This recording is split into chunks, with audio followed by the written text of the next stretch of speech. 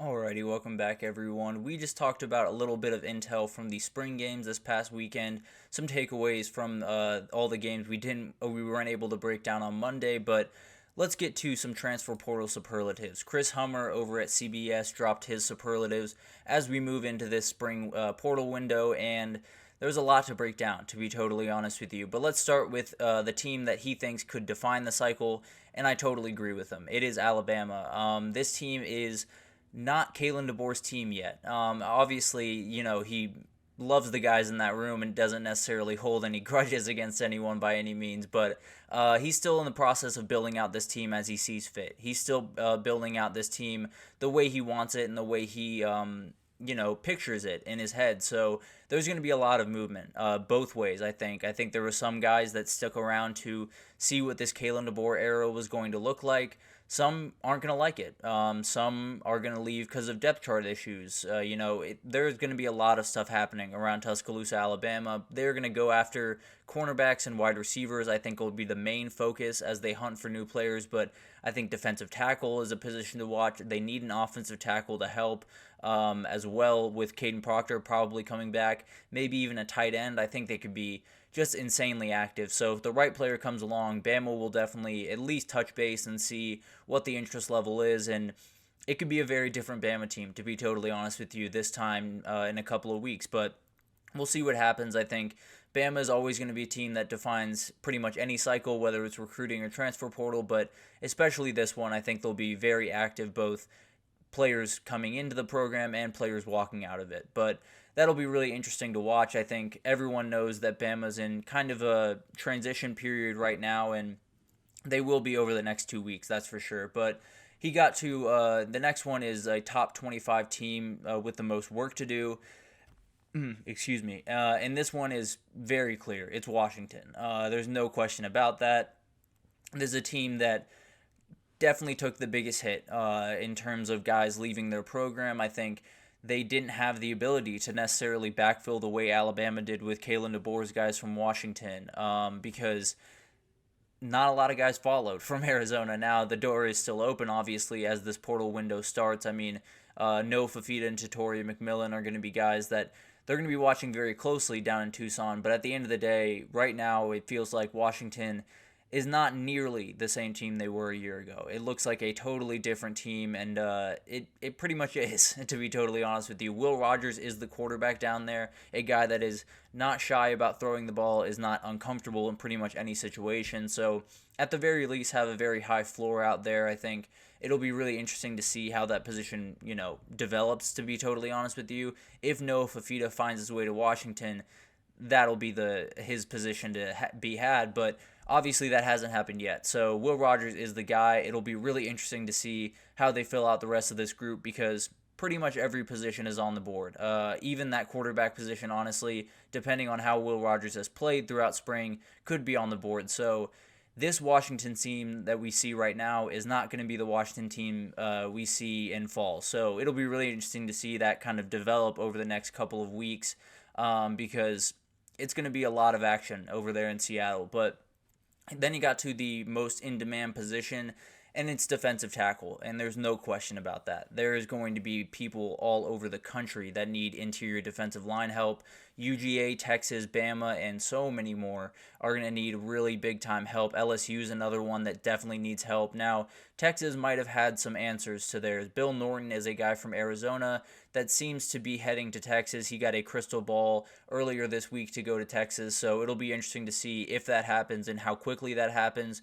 Jermaine Lowell from Louisville is another guy to watch. Anthony Dunn Jr. from Florida A&M was an absolute game changer in the SWAC last year, and I think he will be getting calls from plenty of big teams. Chaz Wallace has left Colorado, who was a D lineman that has tons of experience behind him, so there will be plenty of names, but overall, the supply will not meet the demand. There are so many teams that need help, and there are not enough guys, to be totally honest with you. So there will be some teams that are very happy they got the guy they did. There will be some teams that are left with the guys that they have right now, and it'll be interesting to see who those teams are and kind of how they adapt to that, because defensive tackle is going to be pretty much as many teams as you can name in the country are going to be after a defensive tackle in this class, but very few are solid at that position.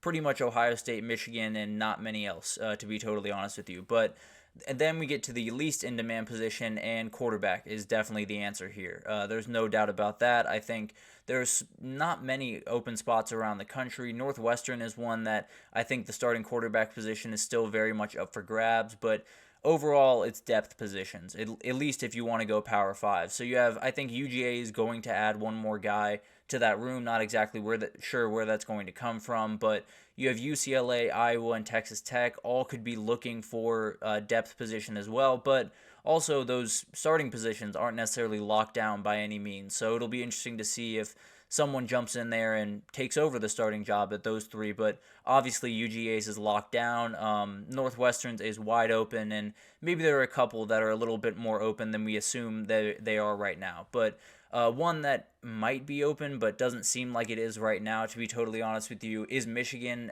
He says they are the team that could jumpstart the quarterback market in terms of some of these guys coming off the board. Now, I think overall there won't be a big-time quarterback that jumps in. Now, I might be eating my words here in a couple of days, but I think Michigan, for the time being, feels pretty comfortable with Alex Orji. I think he's made the strides that they were hoping for him to make, and I think at most they'll be looking for a backup quarterback, but who knows? You never really know what that thing looks like. This Saturday will be very interesting to watch to get an idea of where these quarterbacks sit, but right now you have guys like Nick Evers and Jacoby Criswell in the portal. Neither of those guys are starting quarterbacks at Michigan necessarily. So I think as for the time being at least, they'll mostly be looking for a backup, but who knows? Depending on how things go Saturday, maybe they're looking for a starter this time next week, but we'll definitely be watching that very closely.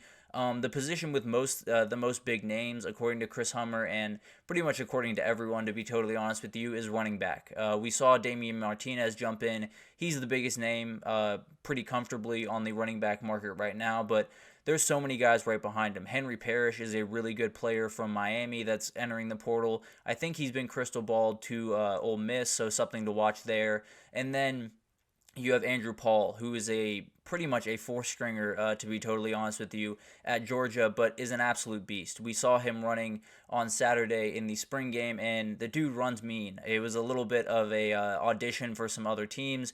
Now, he cannot go in the SEC, which is something we'll get to here in a second, but definitely a guy that a lot of teams will be after, and there are some big-time teams that need some running back help, so it'll be interesting to watch that. I think overall there will be more guys to come, and we'll see that kind of build out over the next couple of weeks, but Miami is a team to watch that needs running back help. Ole Miss we talked about. I think Henry Parrish was crystal balled there, but we'll definitely watch that as more guys go in, because I know Ole Miss is calling Damian Martinez for sure, and Miami the same. So it'll be interesting to see that develop and where all these guys fall, because there are a lot of really, really good running back names in the portal right now. The team that could potentially make a big splash, he has Miami. I might have leaned Ole Miss, although I think Miami is right there with them. I think they'll be very, very active in the cycle. I think Ole Miss will be very active because that's who Lane Kiffin is, right? But there's plenty of holes on this Miami defense, especially they have plenty of NIL to foot the bill for a lot of big-time players, so it'll be really interesting to see if Miami can maybe get one of the bigger players in this portal, because there are going to be a ton of guys that we do not expect to jump in that end up jumping in, and Miami will definitely be a very interesting prospect for a lot of those players. So, especially SEC players that cannot go in conference, which is the next superlative here. Conference that most upset with its own rules, the SEC. No SEC player can transfer in conference, so Andrew Paul cannot go to Ole Miss, which is something definitely to watch throughout this process. Obviously, SEC teams would love to keep SEC players. They definitely want to be going after the guys leaving Alabama, the guys leaving Georgia, whatever, what have you. But at the end of the day, they can't, at least in this portal cycle. So it'll be interesting to see kind of the strategy of some of these SEC teams. Maybe they're a little bit quieter than some people expect, just because the right players aren't necessarily on the table for them, but we'll see that develop, and it'll definitely be interesting to see, especially a team like Alabama, who needs to do a ton of work. We'll see kind of how they work that out. But teams doing spring cleaning was the next one, and he has everyone, and he is absolutely right. There are extra scholarship players on so many rosters right now. I know Texas had a couple heading into the spring that I think have been worked out by now, honestly, in the portal, but I think there's a ton more that have over the amount of scholarship players they're supposed to have. Right now it's at 85, so a lot of teams have 88, they have 90, they have whatever the number is, and you can't go into this season with that. So it'll be really interesting to see that kind of develop over the next couple of weeks. Some guys might be asked to leave. Some guys might find places to go play with depth chart issues or whatever. But it'll be really interesting to see kind of the roster management that goes on the next couple of weeks. But finally, he had a team that could surprise some people, and he had Mississippi State. This is an interesting one that, to be honest, I hadn't thought about a ton. Jeff Lebby is coming in there as their new head coach, and that offense is really fun to run. I won't lie to you. So I think there's going to be a ton of people looking at that as a really viable option, especially offensive talents out there. I think this offense, they're going to be throwing it a lot, so wide receivers, quarterbacks, I think they'll be all over the place with a ton of different positions, but especially on the offensive side of the ball, I think Jeff Lebby has an ability to pull in some guys that maybe some people don't expect. So Mississippi State will definitely be a team we'll keep an eye out on. Maybe they can build out, a team that can compete in the SEC this next year, which would be very interesting.